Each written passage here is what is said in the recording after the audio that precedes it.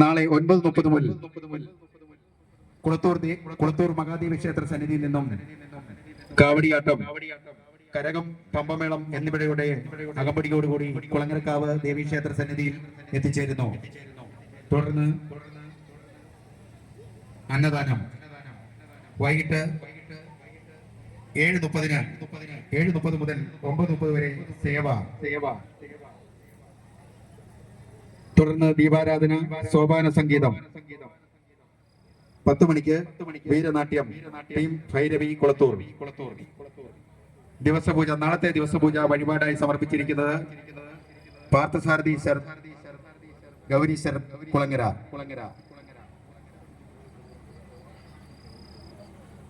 നാളത്തെ അന്നദാനം വഴിപാടായി സമർപ്പിച്ചിരിക്കുന്നത് പാർവതി രാധാകൃഷ്ണൻ കൊടുമുടിയിൽ.